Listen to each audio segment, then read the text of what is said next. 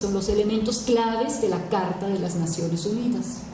Ole Webber, de la Escuela de Copenhague sobre seguridad, propone una ampliación del concepto militar político, y ahí vamos hacia la seguridad ambiental, la social, la podemos llamar societal para no confundirlos con el seguro social, y la económica. Hans Günter Brauch, coautor de este libro, profundiza hacia la seguridad humana, y él establece 4 pilares de esta seguridad humana. La seguridad ante amenazas, donde se reducen los peligros de perder la vida por minas personales, armas pequeñas, obviamente condiciones naturales que pudieran obligar a la gente a migrar. O sea, la sequía en nuestro país es una de las mayores fuerzas para emigración. Entonces obligaron a un grupo de países, donde también está México, a empezar a trabajar en esta seguridad humana. El segundo pilar era la seguridad, la libertad ante los miedos, la ausencia, donde se aminoran las vulnerabilidades con el combate a la pobreza, el respeto a los derechos humanos y las políticas de igualdad y equidad. Y donde sobre todo el Programa de las Naciones Unidas para el Desarrollo, donde 2 figuras claves en Naciones Unidas, Ogata y Amartya Sen, con su libro Seguridad Humana, hoy han aportado elementos cruciales para esta parte. Pero fue también el propio Kofi Annan con su Seguridad para Vivir con Dignidad, donde él propone la consolidación del Estado de Derecho con leyes que consoliden políticas equitativas, bienestar, participación de género y resolución pacífica de conflicto, cuando tendríamos el tercer pilar.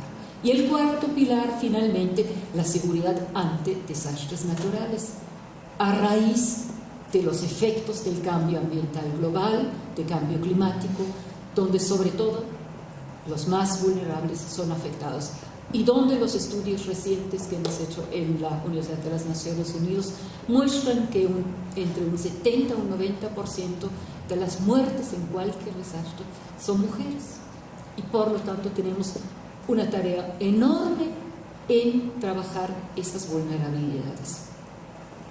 Ulrich Thalberg y Hans Günter Brauch, de la Universidad Libre de Berlín, desarrollan una investigación para vincular los conceptos de paz y seguridad.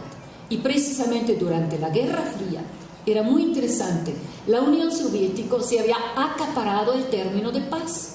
Por lo tanto, no les quedaba más al bloque occidental que desarrollar teóricamente el concepto de seguridad. Y por lo tanto, aún en términos teóricos, en estos 2 conceptos de las Naciones Unidas, teníamos una Guerra Fría, ¿no? Y que solamente a raíz de la caída del muro de Berlín, en 89, cuando se pueden reunir estos 2 conceptos y se empieza una interrelación fructífera.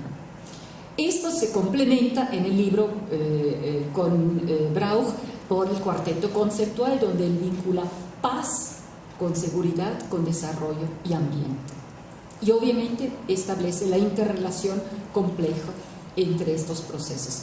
A su tiempo, su servidora exploró el concepto de paz en las culturas orientales, en las culturas occidentales y en las culturas indígenas. ¿Cuáles eran las diferencias? ¿Cómo se interrelacionaban y cómo se evolucionaban? Y cómo esto tenía repercusiones de seguridad y de ambiente. Sequía, degradación de tierras y desertificación afectan en este momento 1/3 del planeta. Alrededor de 485 millones de personas están amenazados con pérdida de su productividad, y más o menos por año pierden 1% de ellos. O sea, vamos a un proceso de pérdida.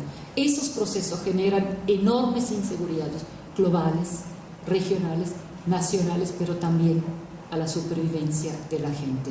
Y por lo tanto afectan lo que serían las seguridades sectoriales: seguridad alimentaria, de agua, climática, bienestar de salud, bienestar urbano, rural, transporte, etc. O sea, como ven, es un tema que vincula muchísimo a este tipo de procesos. Y además ante las pérdidas de las condiciones de vida, se han generado procesos masivos de migración.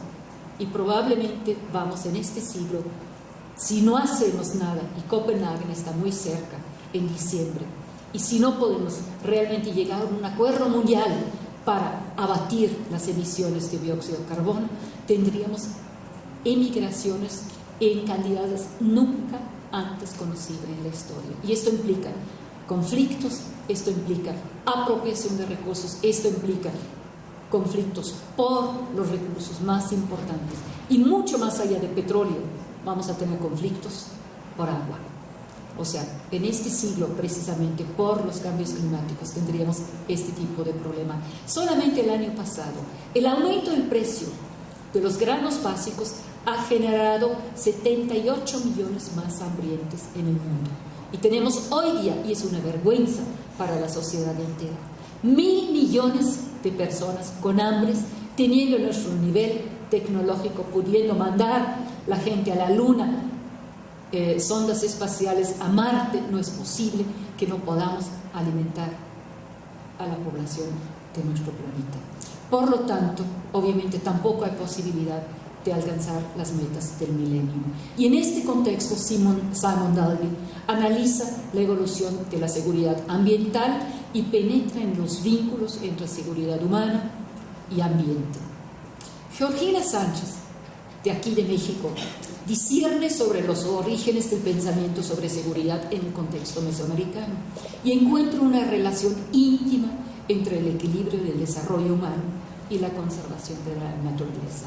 Y creo que en este momento de profunda crisis tenemos que retomar nuestras raíces prehispánicas para poder penetrar en este tipo de procesos. A su vez, Dominicio Proença y Eugenio Diniz, de Brasil, buscan en la doctrina presente de la Escuela de Guerra los aspectos filosóficos, éticos y culturales de la conceptualización de la seguridad en Brasil, y que obviamente ha influenciado no solamente la política exterior, sino también la interior. Y recientemente les ha permitido apoyar a los cuerpos internacionales de paz de la ONU en Haití.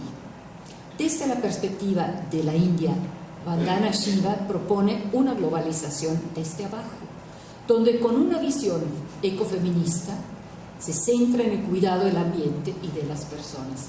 Narra la lucha popular contra la biopiratería, precisamente del trigo y del arroz basmati, por parte de empresas transnacionales, quienes patentaron trabajos milenarios de campesinos, de mujeres que simplemente se quedaron en manos privadas y que afortunadamente estas patentes se pudieron revertir. Enfatiza los derechos de las mujeres sobre el agua, por ejemplo en Kerala, cuando lucharon por recuperar sus fuentes de abasto ante el abuso y la contaminación de la Coca-Cola. De modo similar, los habitantes de la capital de Delhi se han movilizado para conservar el sagrado río Ganges. Esta visión desde los vencidos se retoma en el análisis de los movimientos sociales altermundistas que su servidora ha escrito, donde se explora el Foro Social Mundial como plataforma para reconceptualizar la seguridad en América Latina, no solamente desde arriba, sino desde abajo. Francisco Rojas Aravena, director general de Flaxo, explora los desafíos, percepciones y conceptos de seguridad del continente americano y insiste que solo mediante la profundización de seguridad humana es factible superar en el subcontinente 500 años de colonialismo y neocolonialismo, reflejados actualmente en la más profunda crisis socioeconómica y de violencia física, así como en orientar los pueblos hacia un sendero de prosperidad con calidad de vida. Arlene Tigno y Ann Mason exploran los agentes de inseguridad en los Andes y encuentran que el crimen transnacional relacionado con la droga ha propiciado relaciones estratégicas entre los países andinos, así como una ampliación del crimen hacia el ámbito transregional. Y obviamente aquí estamos involucrando a México, que rebasa ampliamente la lucha contra la guerrilla y el narcotráfico en Colombia. Llegan a la conclusión que no es mediante el combate militar, y ojalá que lo aprendamos aquí también, y bases militares